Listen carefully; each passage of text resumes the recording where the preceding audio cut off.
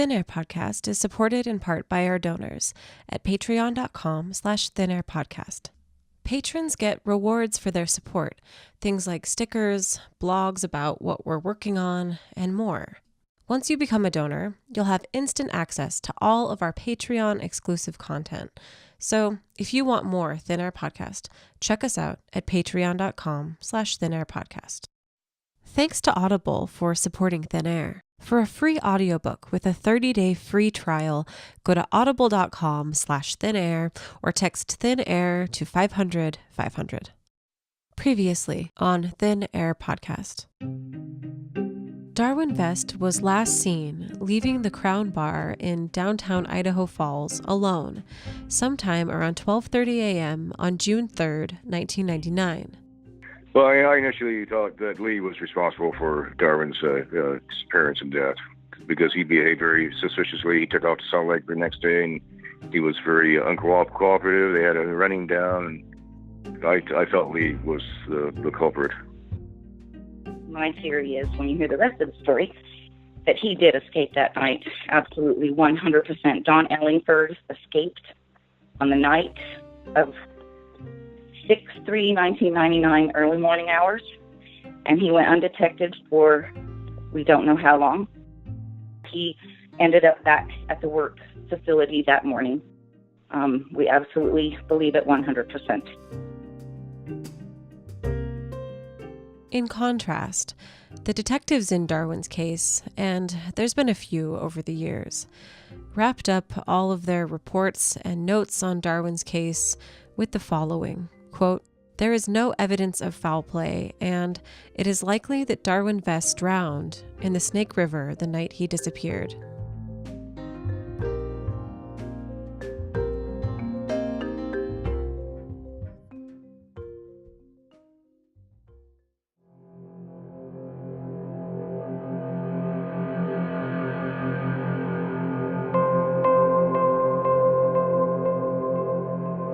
It's the evening of June 3rd, 1999.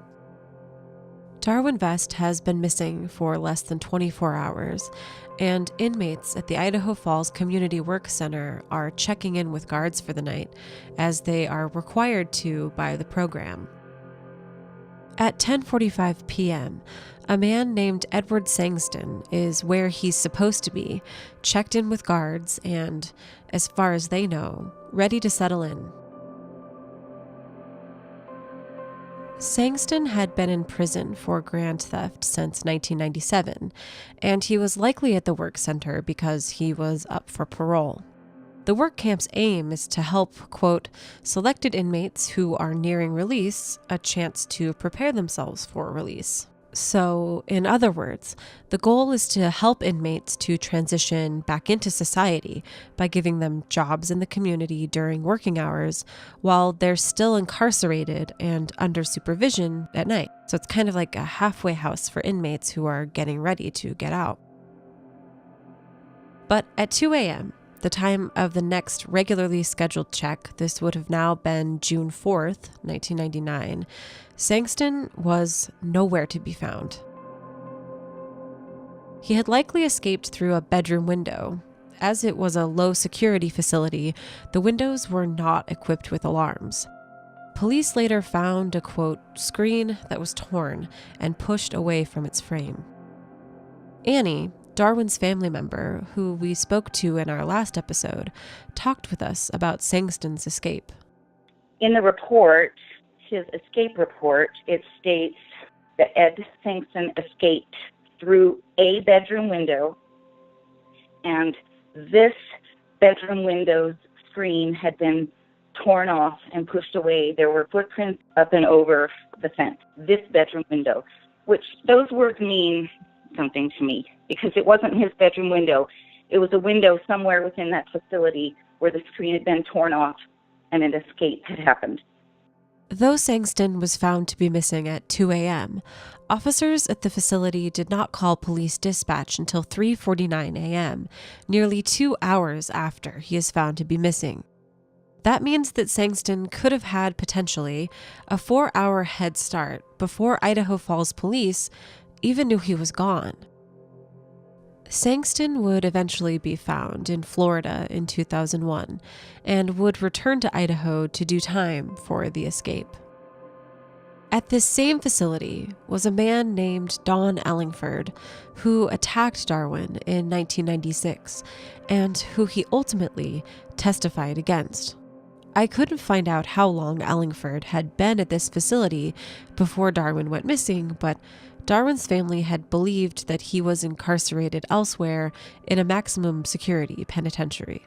Apparently, he'd been on quite good behavior while he was in jail, but he nearly killed Darwin. He meant to. My name is Rebecca Vest, and I'm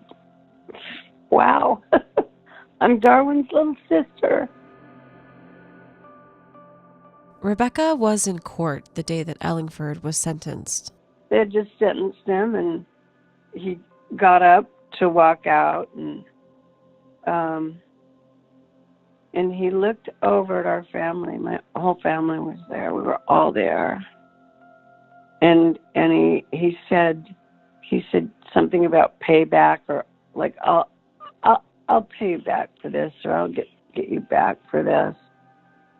Just unbelievable. Did they ever tell you that he or your family that he had been moved to this facility? Oh, no. Oh, no. When we found out that somebody, possibly him, had been wandering around and was on a work release, and I don't think they knew who was in or out of that work release thing. Now, there's another joke for you. Wow. You think you're being protected, and you're not. So when Sangston escaped, less than 24 hours after Darwin went missing, from the same facility where Ellingford was incarcerated, Darwin's family and friends began to believe that it was possible that Ellingford could have snuck out that night, gone unnoticed during the hours of Darwin's disappearance, and wound up back at the facility the following morning, with guards having no idea he was ever gone, giving him a solid alibi.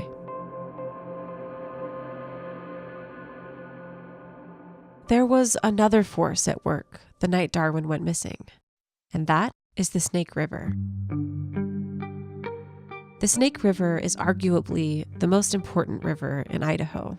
From its source in the Rocky Mountains in Wyoming to its mouth at the Columbia River in Washington, a majority of its 1,078 miles stretch directly through Idaho, running through the southern portion of the state from border to border until it veers north towards Washington. The river is a major fixture of many southern Idaho towns, including Idaho Falls. The river doesn't quite bisect the town, but it comes close. The town itself was named after rapids in the river, which later became a diversion dam now known as the Falls. The falls are 1,200 feet long and have a 20-foot drop, and they're near the center of the town. If you were to get a postcard from Idaho Falls, it's likely to be of the falls, framed by a large white spire from the nearby Mormon temple in the background. In the early morning hours of June 3rd, 1999, around 12:30 to 12:45 a.m., Darwin Vest left the Golden Crown in downtown Idaho Falls, never to be seen again. As we discussed in our last episode, it was thought that he would have walked home, which would have taken around 25 to 30 minutes. It was raining that night, and past weather records note that between 12:01 a.m. and 12:53 a.m., it was lightly raining and windy. The Snake River was at a yearly high that night. As was later reported in some of the detectives' notes, quote, "The Snake River was having a high water runoff from melting snow. The normal volume of water going through Idaho Falls is 6,000 CFS, or cubic feet per second. The volume of water on 6/2/99 was at 27,500 CFS. The diversion dams were open at all of the power plants downstream from Idaho Falls." End quote. So, did Darwin, by accident, fall into the roaring Snake River that night? Or did someone, Don Ellingford or Lee Curtis or someone else, find Darwin after he left the Golden Crown and kill him, his body never to be found? Today we present the evidence that exists for each of these possibilities, as told to us by members of his family, his friend Eric Seneff, and from detectives' notes that have since been made public. Join us for part 2 of the Darwin Vest story.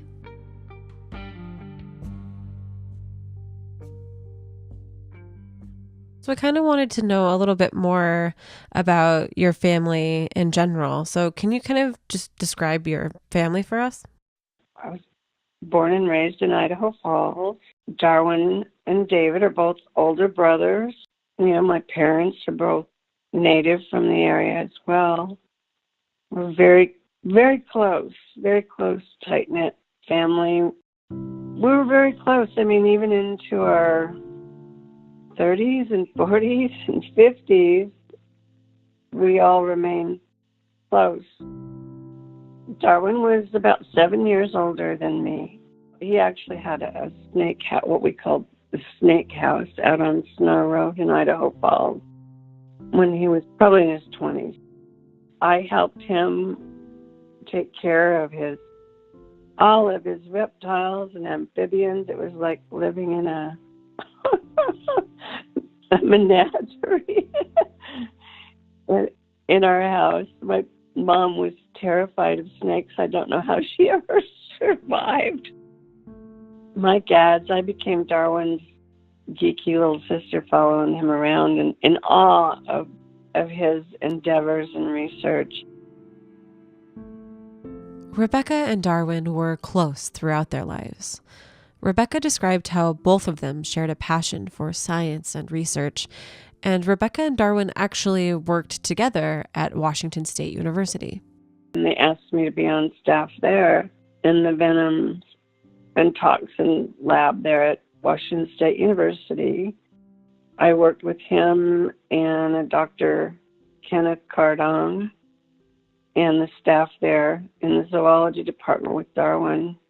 My gosh, for several years, working on, projects from snake venom to the hobo spider and beyond. We did a lot of different research. So I was very, very close to Darwin.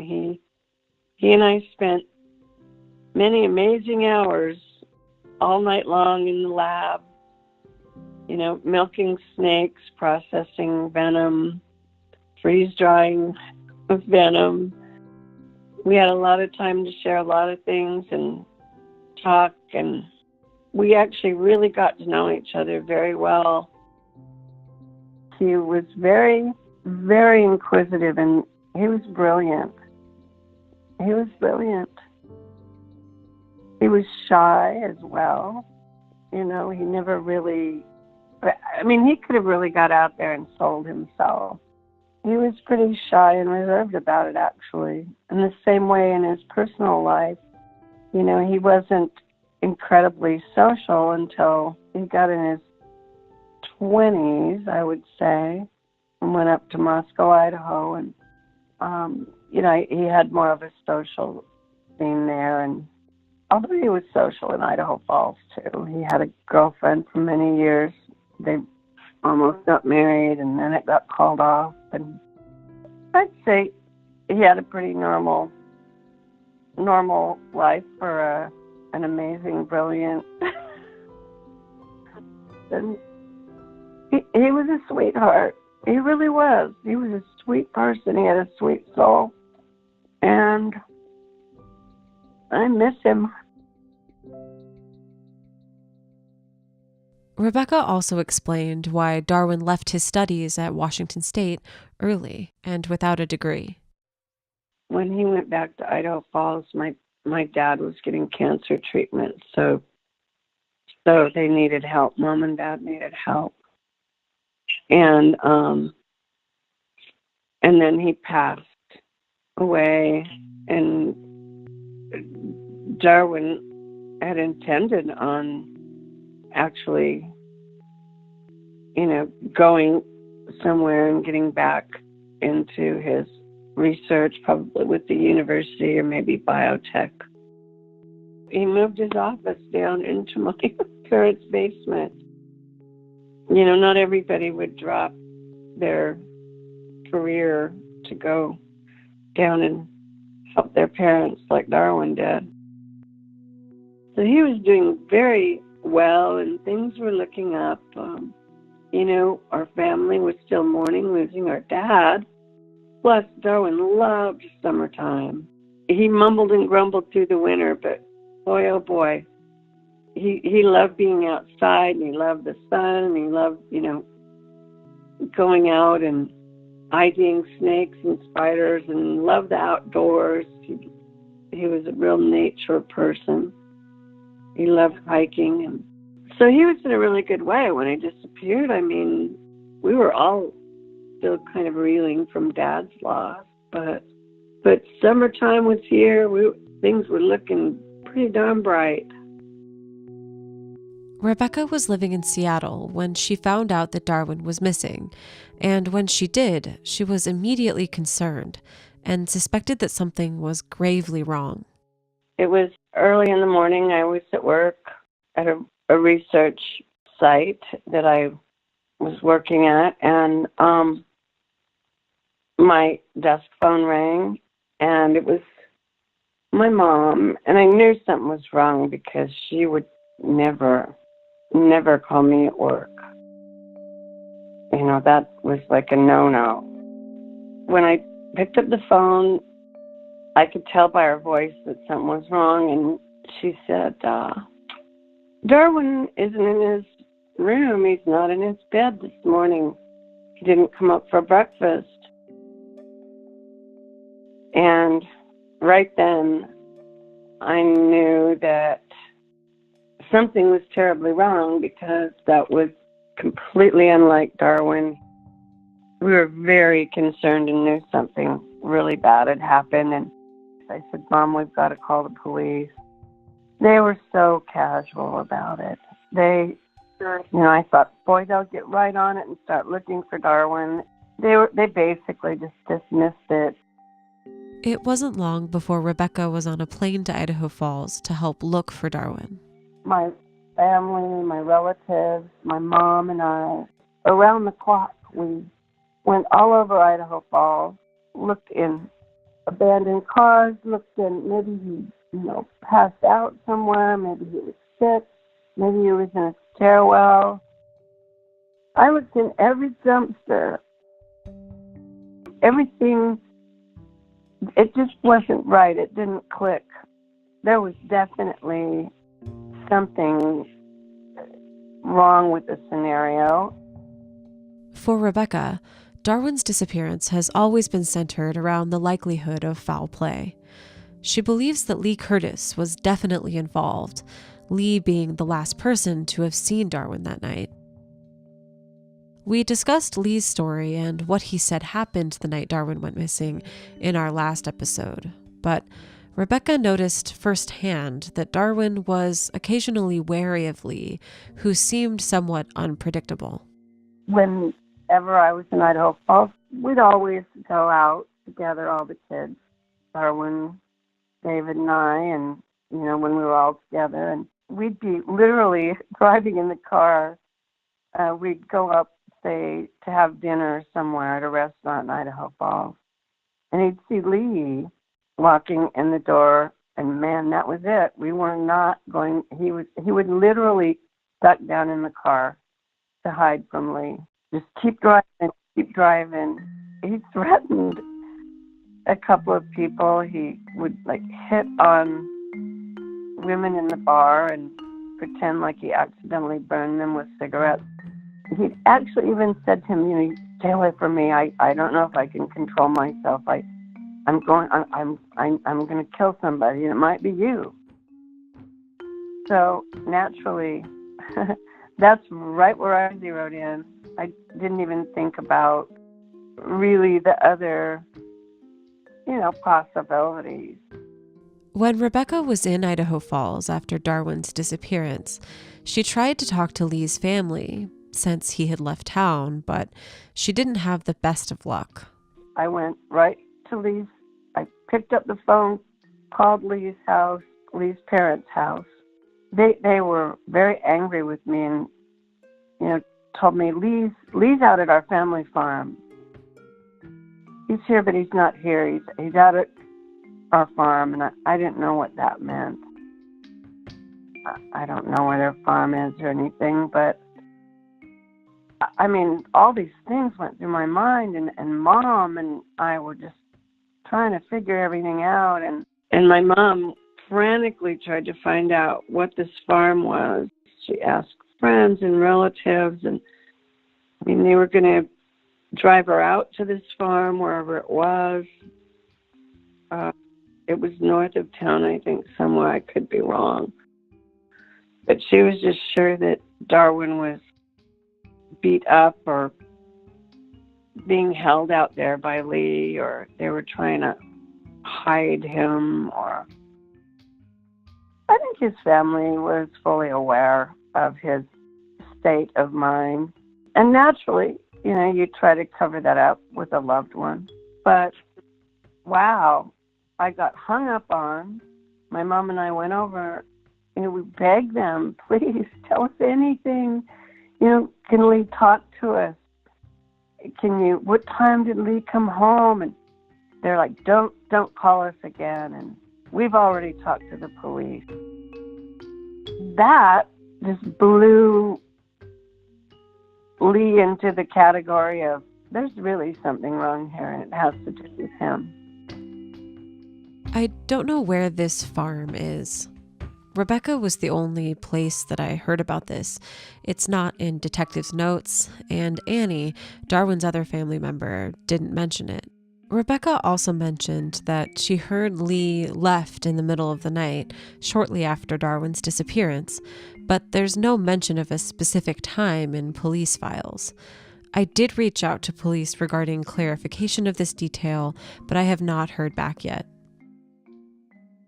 For me, the question of Lee's involvement comes back to the idea of means, motive, and opportunity. Both Rebecca and Annie expressed that Lee was somewhat unstable, and that Darwin and Lee's relationship wasn't the closest or friendliest.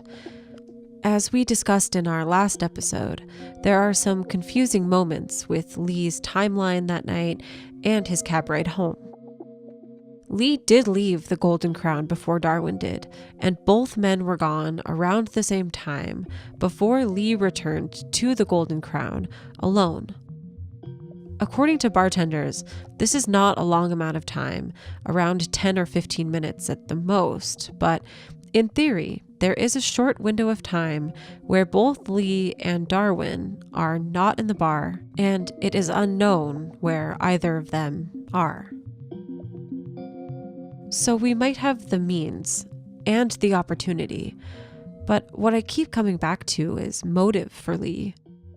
Sure, he might have been unstable, but that doesn't mean that he wanted to kill Darwin. No one that night reports of any fighting between them, so perhaps something happened when Lee left and Darwin followed that we will never know about. Maybe something else had happened between them that caused Lee to want to hurt Darwin, but if that reason is out there, it was never revealed to police in interviews. Also, according to Lee's family, Lee is home by 1 a.m., which is at most 30 minutes after Darwin left the bar, and at the shortest estimate, only 15 minutes after Darwin left. So there doesn't seem to be a huge amount of time to commit any crime, but there is a small window there. And perhaps, as Rebecca suggests, his family covered for him that night, saying he was home earlier than he actually was. It is also noted in police records that Lee was given a polygraph in September of 2000, which he passed, indicating that he was truthful about not having anything to do with Darwin's disappearance. But Annie believes that Lee may not have had his own motive, but rather helped to hurt Darwin out of his relationship to Dawn Ellingford. Annie believes that Lee set Darwin up to later be murdered by Ellingford that night. I think he left out the north entrance of the Golden Crown, which went to the alley. He was attacked right then and there. He was set up by Lee Curtis for the people who were waiting for him in the alley. And he was attacked, thrown in the dumpster. They waited for a car. Maybe Lee Curtis went and got his car, took him to the home at 879 Clairview, where the standoff occurred the next night, and they murdered him in there, in that basement of that house. In researching Darwin's case, Annie came across a series of events that happened in the days following Darwin's disappearance, and for her, none of these are coincidental. The first was, of course, the Sangston escape on the night after, the evening of June 3rd and the early morning hours of June 4th. And then on the night of June 4th, around 10 p.m., an armed standoff between a homeowner and police, later with a SWAT team called in, took place at 879 Clairview, the address Annie mentioned. That house belonged to a man named Mike Ellingford, Don Ellingford's nephew. And not coincidentally, according to Annie, Lee Curtis lives right behind the other suspect who's related to Don Ellingford. He lives right behind their backyards, back up to each other, to a man named Mike Ellingford. When Lee was in Idaho Falls, he usually stayed with his parents, who lived on a street called Summit Circle. The Curtis family home and Mike Ellingford's home don't quite line up back to back, but they are close. While I couldn't find any police records that indicated this, Annie asserts that the Ellingfords were friends with Lee and that a plan had been hatched by Don Ellingford to kill Darwin that night that Lee was somehow involved in, as Annie described. The standoff at Mike's residence 2 days later was a big deal in Idaho Falls. It made the front page of the newspaper, the Post-Register, for days, but what actually happened during the standoff is somewhat unclear, even from detailed police reports. It seems that Mike had been drinking that day, and he began to smash out the windows of his house with a shovel and started breaking other things inside. When officers arrived, they believed that they had heard gunshots inside, and so that's when they called in the SWAT team. The SWAT team then tried talking to Mike to get him out of the house. No shots were fired during this time, and though it took hours, Mike eventually surrendered and was arrested on several warrants. He admitted to drinking and said that he did it because he was angry with the police. No one else was found inside his house. What they did find inside were guns, 5 of them, and the house itself was a disaster. Someone, presumably Mike Ellingford, had dug a hole into the foundation, which was 6 feet deep, and had begun to dig tunnels underneath the foundation of what had been the garage. Out back, in and around the garage in the house, there was a 4 by 3 by 6 foot deep hole dug in the backyard all along the foundation. There was a tunnel that had been started to be dug from the house to the garage.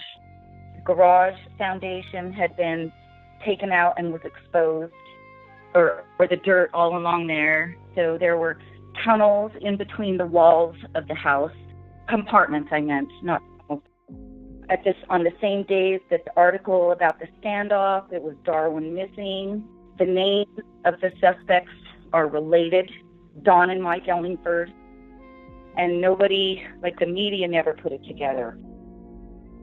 Annie began to connect the standoff not only because of its proximity to the date of Darwin's disappearance, but from a series of tips which came in years later. Jump forward to tips that came in 2008 and 2011, and actually one in 2000. So 3 people came forward saying that Ellingford were involved in the murder. There were 3 tips which were noted in the police records, and 3 tips which Annie discussed at length. The first tip chronologically, came in October of 2000 from a criminal informant who is unidentified in police notes. The note reads, quote, "The CI said he had been involved in multiple conversations with Don Ellingford and William Derrick Emery, in which they indicated that they were involved in the murder of Darwin Vest. Derrick Emery said that he kidnapped and killed Darwin for Don Ellingford. Ellingford was supposed to have been present at the time the murder occurred. Ellingford told the CI nobody would find a body in the Wolverine area, meaning that the animals would eat it. Don also made a strange comment to the CI at one time about he could kill someone and put them behind a concrete wall in a basement. Ellingford told the CI that Darwin had stolen some phosphorus from him and he was sent to prison because of Darwin. Ellingford had a ring with diamonds in the shape of a spider that he claimed to have cut off Darwin's finger." End quote.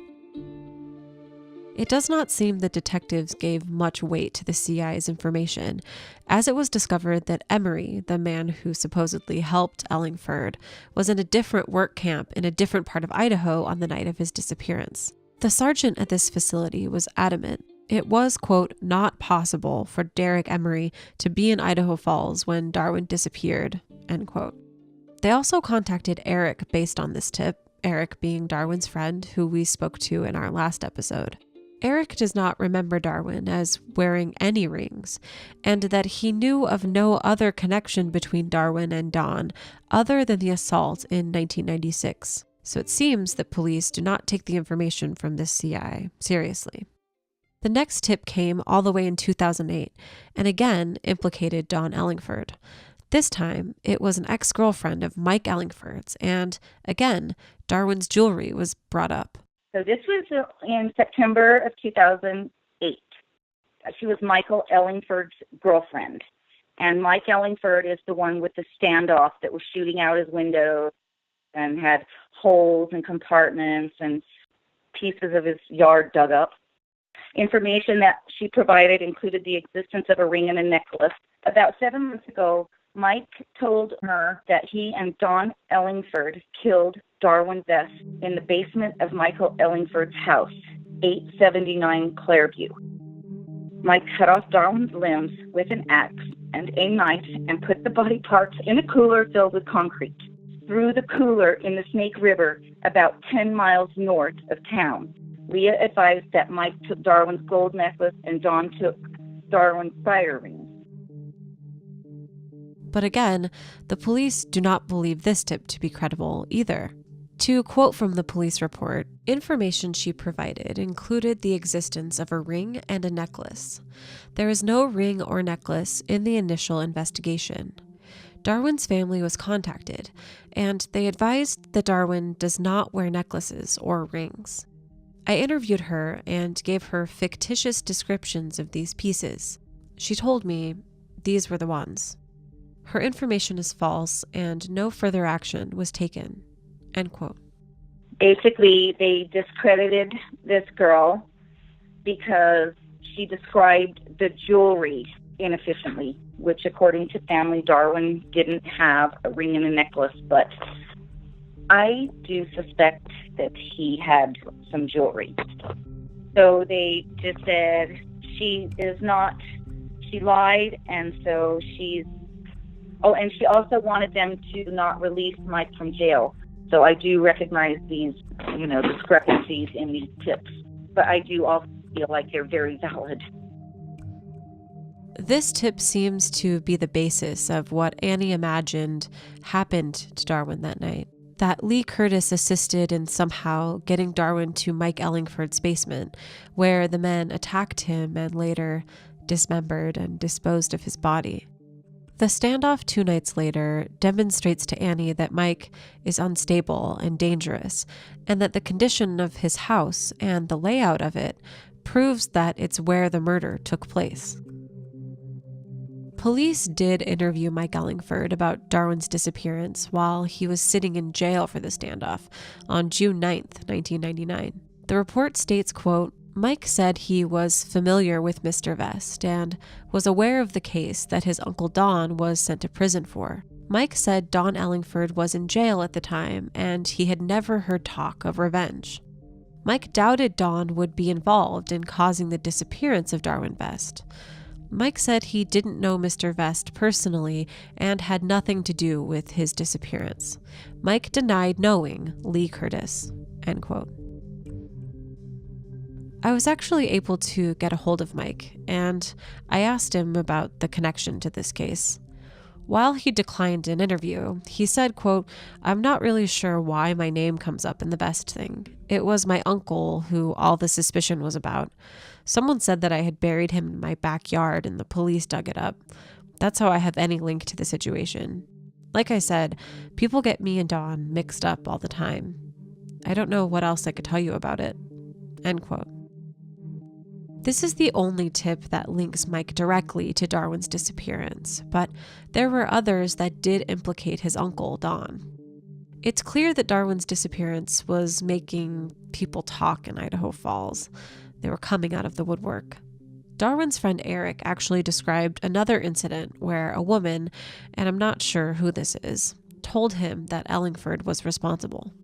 In fact, we had a woman come into our store. I have a retail store here in Idaho Falls, a specialty store, and this gal came in one time. I don't know. I mean, she was obviously somebody who was, looked like an addict or something, but that she had told my wife, that she knew the Ellingfords personally, and that somebody, their clan or whatever, she had knowledge that they had taken Darwin out to Kep's Crossing and then killed him and buried him out there somewhere.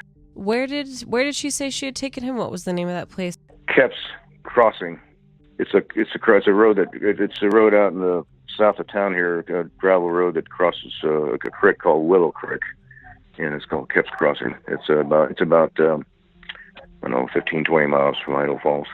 Of course, we reported this to the detective, and anyway, they said that, of course, this person was not credible, so. But yeah, I was naturally thinking, particularly after I heard that story, with that gal, because Darwin didn't really have enemies. I think Ellingford would be his only maybe enemy, I mean, Darwin, was, he didn't make enemies, so I mean, why would anybody dislike Darwin, I couldn't find a record of this tip anywhere in the notes, but as Eric describes, it does seem that police dismissed it rather quickly.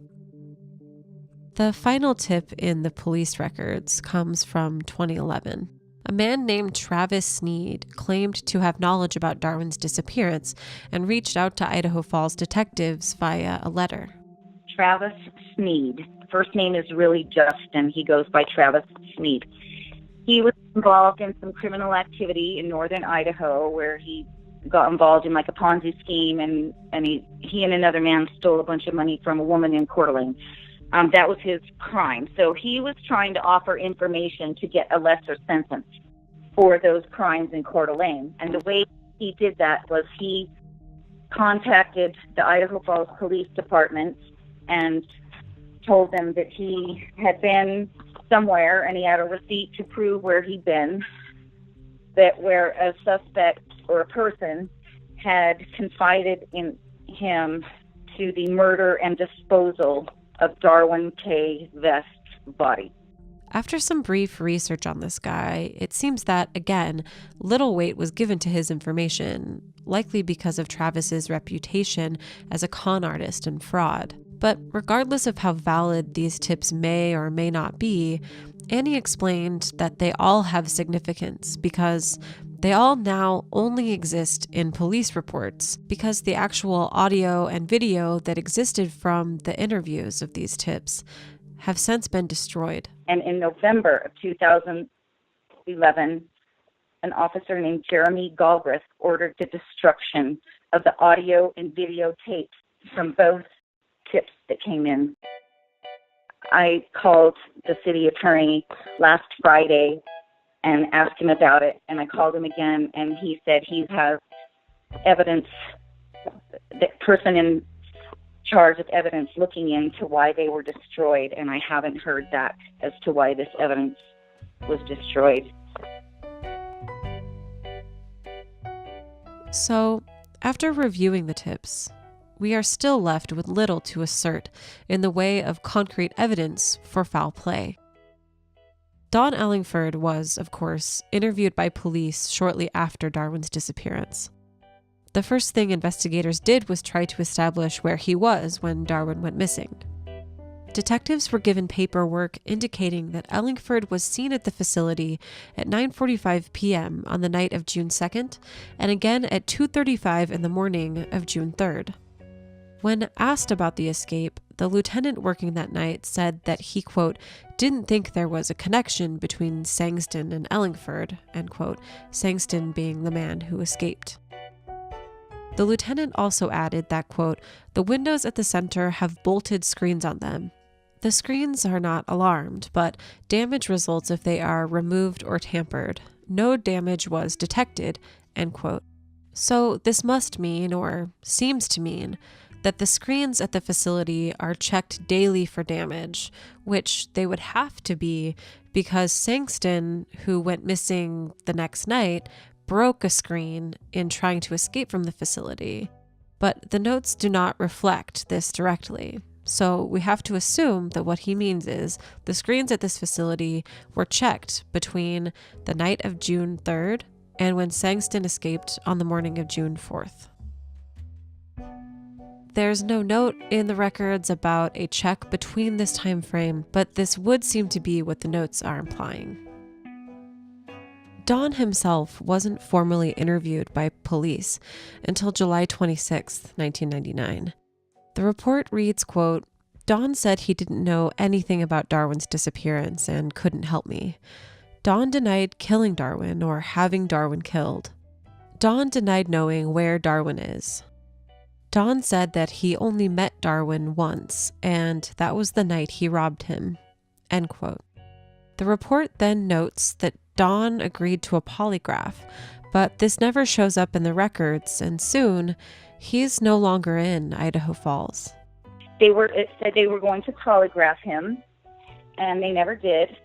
Something happened between June and September, and when an officer went back to the work center to interview Don again about the disappearance, and I don't know, maybe set up the polygraph they said they were going to do. It stated that the personnel told him that Don had recently been sent back to the state penitentiary in Boise, but I have no record of why. We'll be right back.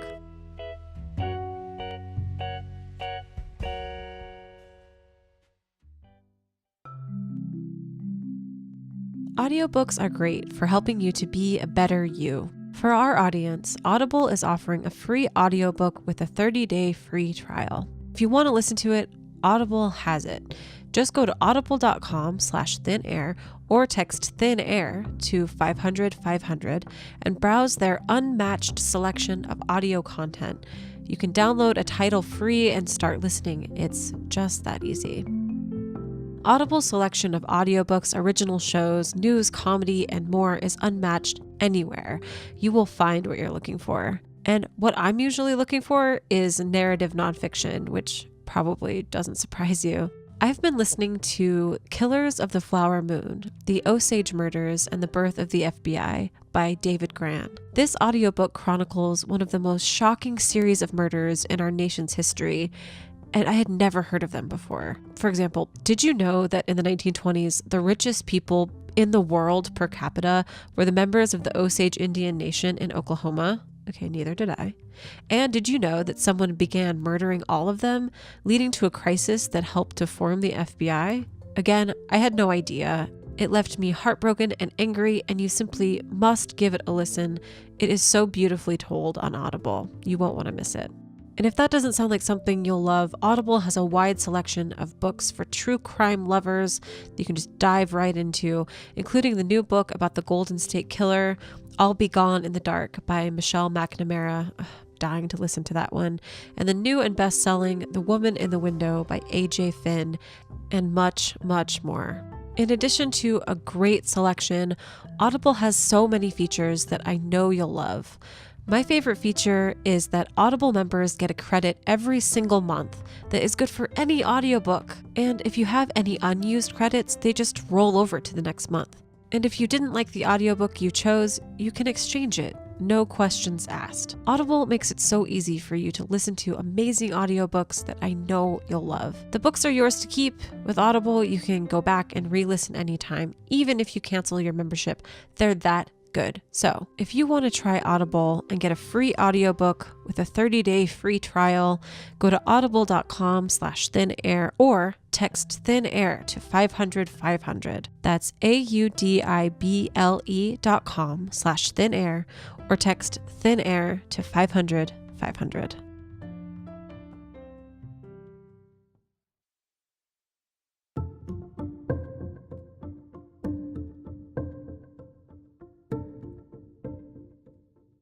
And he always liked to walk. It was raining the night that he went missing.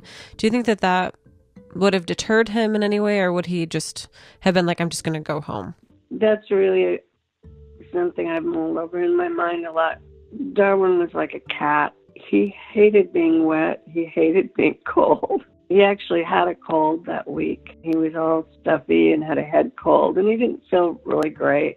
I mean, normally if it were a nice warm summer night, he may have walked down by the river. He had some black widow spiders down there that, there were like a bunch of babies, and they were in the lava rocks down there, and he was keeping data on them and how they were doing. And gosh, when I was down there, we had our little spider route who was having babies. What spiders were still there. It's part of who we are. But so the only reason I can think of Darwin to even go near the river would be for the black widows, which would have been close to the river. In the rock wall there by that, there's a little memorial. I think it's a veterans memorial, but he wouldn't have done that on a rainy, windy, cold night. Without a flashlight and his little data book. There was no reason, really. He would have found himself in a position where he actually had to walk home. He would have bundled up his coat and gone the direct route. It's not clear from police records if the river theory was the first they investigated. It seems that they did start by chasing down human leads first in Darwin's case. It wasn't until after they interviewed Lee Curtis that the idea that Darwin fell in the river really began to take shape in the notes. After Lee suggested that he and Darwin used to travel by a particular canal, investigators worked with Parks and Recreation in Idaho Falls to search 2 drainage tubes which led to the river. Nothing was found. Another clue came in the form of a sighting at 4 p.m. on the day Darwin went missing, June 3, 1999. A woman named Dolores Sorensen was driving along the Shelley Bridge in Shelley, Idaho, when she saw something floating in the river. A woman in Shelley, Idaho, which is about 10 miles south of Idaho Falls, reported a body floating in the river. She knows it was a body. She clearly describes it, the black matted hair. She could see the forehead, and it was bobbing up and down. She could see what it was wearing, and she tried to stop, but a car was behind her. She went home and called the police. Dolores, later speaking to Rebecca, told her that she was so sure it was a body because of something awful that had happened to her. And she said, I know it was a body, and the reason I know is because my husband found like 10 years ago, and it took him 3 weeks to find him. And when I saw that body, I thought, I will not let a family go 3 weeks without knowing where their loved one is. I'm sorry. Police reports claim that the Bingham County Sheriff's Office did search the river both June 3rd and 4th, and only found a 55-gallon drum, which they argued could have been what she saw. But Dolores was insistent. It was a body, face down, with black matted hair and wearing a brown plaid jacket. I saw a body, not a barrel, she said. Along with Dolores' sighting of a body just downstream from Idaho Falls, there was another sighting later reported to police. But this time, it was a police officer who saw something suspicious around the time Darwin went missing. The note from the police report reads, quote, "In the summer of 2000, I was contacted by Officer Lynn Case. He said that during the early morning hours of 6/3/99, he observed a male subject lying in the grass at the edge of the river. The subject appeared to be a transient and was very intoxicated. Officer Case had the subject move farther up the bank, away from the river. Officer Case had recently seen a picture of Darwin Vest in the newspaper and thought that the transient by the river looked similar. He couldn't remember any more details." End quote. What I heard about it was literally several years later. I was there again, sitting at work in Seattle. I got a phone call and somebody said, "Do you know that there apparently was a police officer went to the river at 2 or 3 in the morning." My impression was it was still, in the early AM, sometime between 2 and daylight, and approached someone on the riverbank, a male that sounded like Darwin, the way they described him, and said, "What are you doing here?" And apparently he was deemed to be intoxicated, and he was laying there. He wasn't up and about. He was just laying there. Sounded like he was somewhat delirious and wasn't really functional or able to talk much from what I could tell. And they just said, "Well, he was a transient down by the river," and left him. They should have taken anybody in that was laying on the riverbank at night. They could have at least taken him to jail for anything. Public drunkenness, sleeping by the river, whatever there. But it would have saved his life. When I found that out, I just went berserk. I'm like, you're kidding me. You've got to be kidding me. Really? That I'm sure that was Darwin.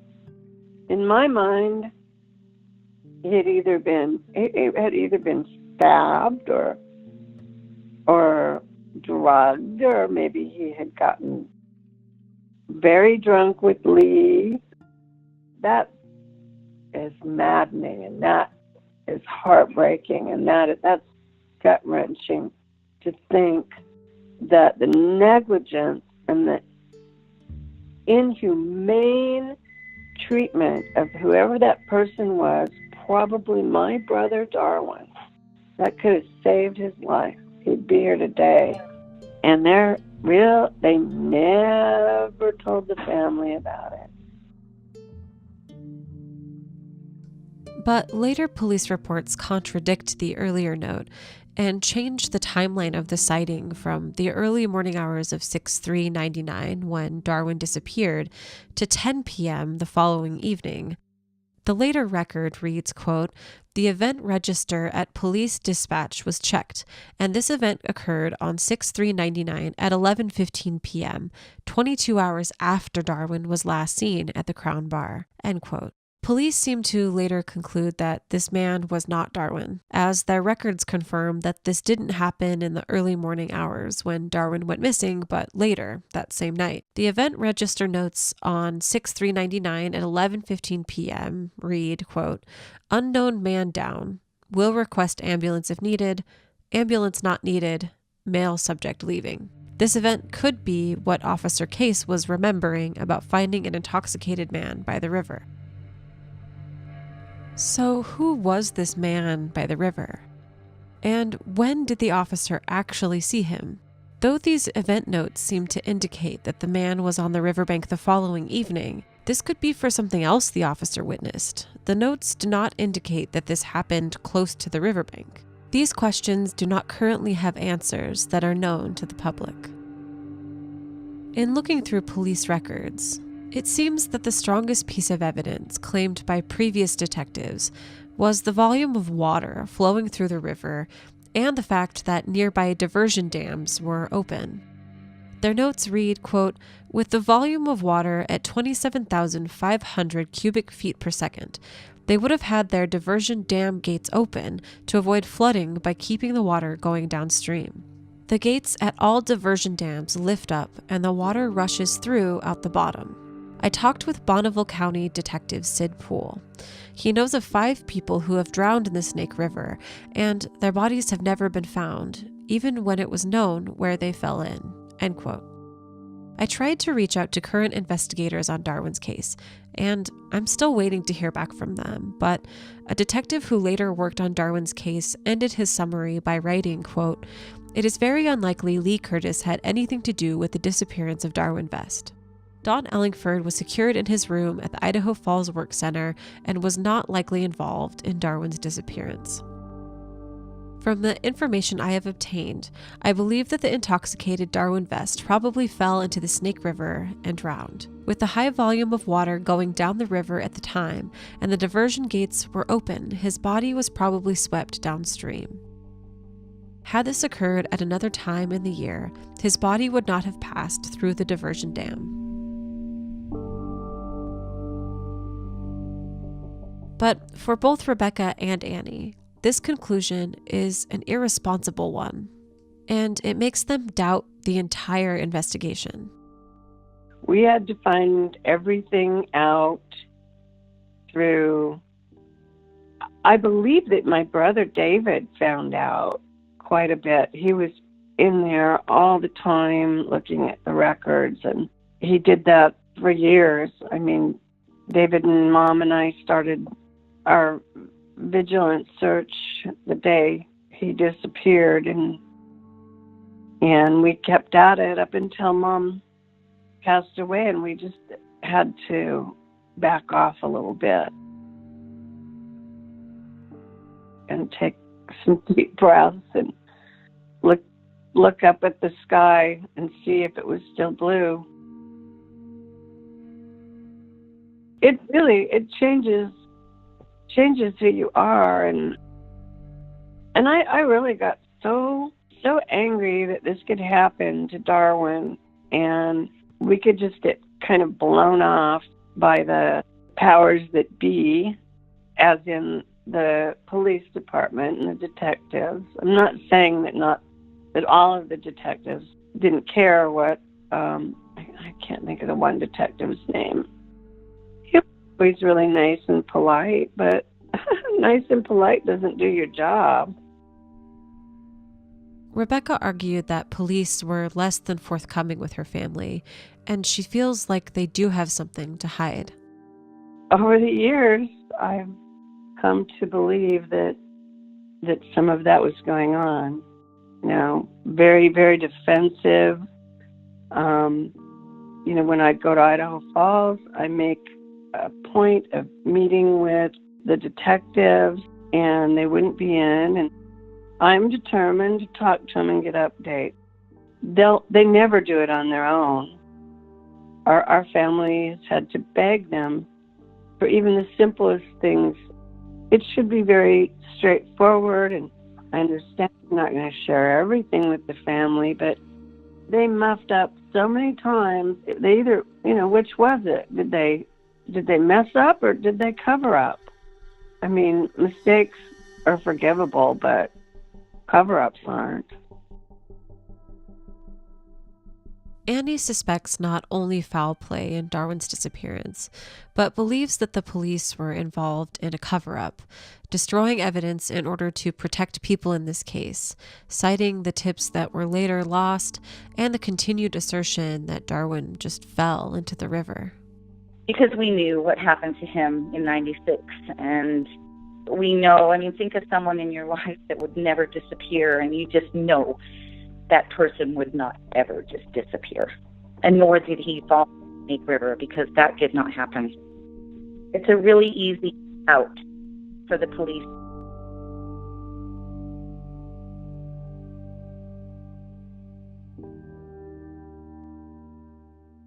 So, these are the pieces of evidence for the 2 strongest theories in Darwin's disappearance, as presented by police records, Darwin's family and friend Eric Seneff, from people in the town talking to police, to sightings which may or may not be connected, and we're left with still the question of what really happened to Darwin that night. As I attempt to conclude my story, I'm reminded again of Darwin's work with the hobo spider and his famous study which worked to understand the hobo spider bite. Rebecca and Darwin worked together on this research, and as she described their investigation and what they found, I couldn't help but think of my own research into Darwin's disappearance and the nature of any investigation which seeks to find the truth. So can you kind of just describe what you guys did? Like, how did you get these hobo spiders to bite the rabbits and what you found? First of all, we prepped the rabbits, and I want to tell you, it was research, and I was really involved in rabbit subject protection then. So we took good care of our babies. I mean, they did lend a lot to science, so I want to make sure people don't think we tortured animals or anything, because we didn't. We actually would prep, a little spot on the rabbit, usually back around its hip area, I believe. Its hip or its side. We'd do a little shave and use a little nair so it would be kind of like bear skin. And then we'd actually hold the spider right onto just as if we were milking it. And the spiders would do a defensive bite onto the rabbit. And then we did have some necrosis, as I recall. It was never dyed in the wool about the hobo spiders, which a lot of people mistakenly say that. That wasn't the main research that actually determined anything.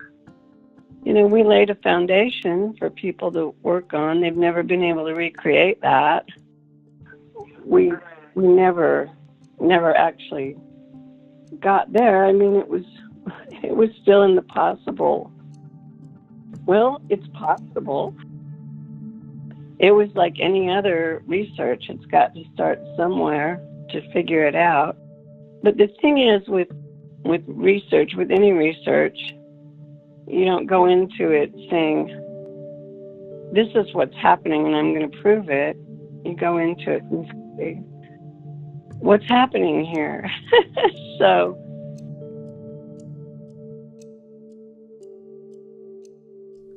Darwin Vest went missing in the early morning hours of June 3rd, 1999.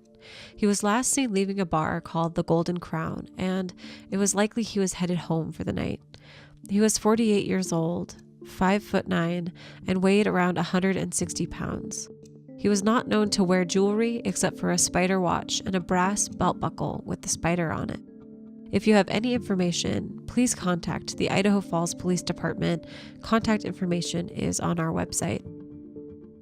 Darwin's case has a lot of moving parts and people involved, and I'm still waiting to talk to people in this case. So I will share more information as it becomes available. Thank you to Rebecca Vest and Darwin's other family member, Annie, and Eric Seneff for speaking with us. I would also like to say a huge thank you to Annie, who provided all of the police records, which were a large amount of the information we used in our episodes. So a huge thank you to her and the incredible work she has done on this case.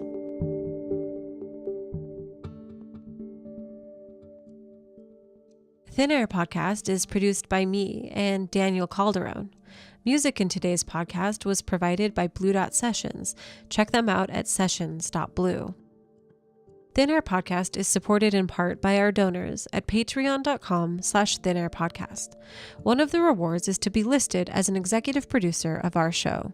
The executive producers of Thin Air Podcast are Paige Lano, Adam Barbary, Irene Ryan, Sarah Donahue, Elle McManus, Bridger Mobley, Skeeter Hall, Wendy Gabbery, Susan Anderson, Jack and Christy Lupian, Drusilla Dentz, Rebecca Hartberger, Heather Cadieu, Bonnie Mortensen, Mistea Pena, Elizabeth Farmer, and Anthony Loper. Thank you all so much for your incredible support.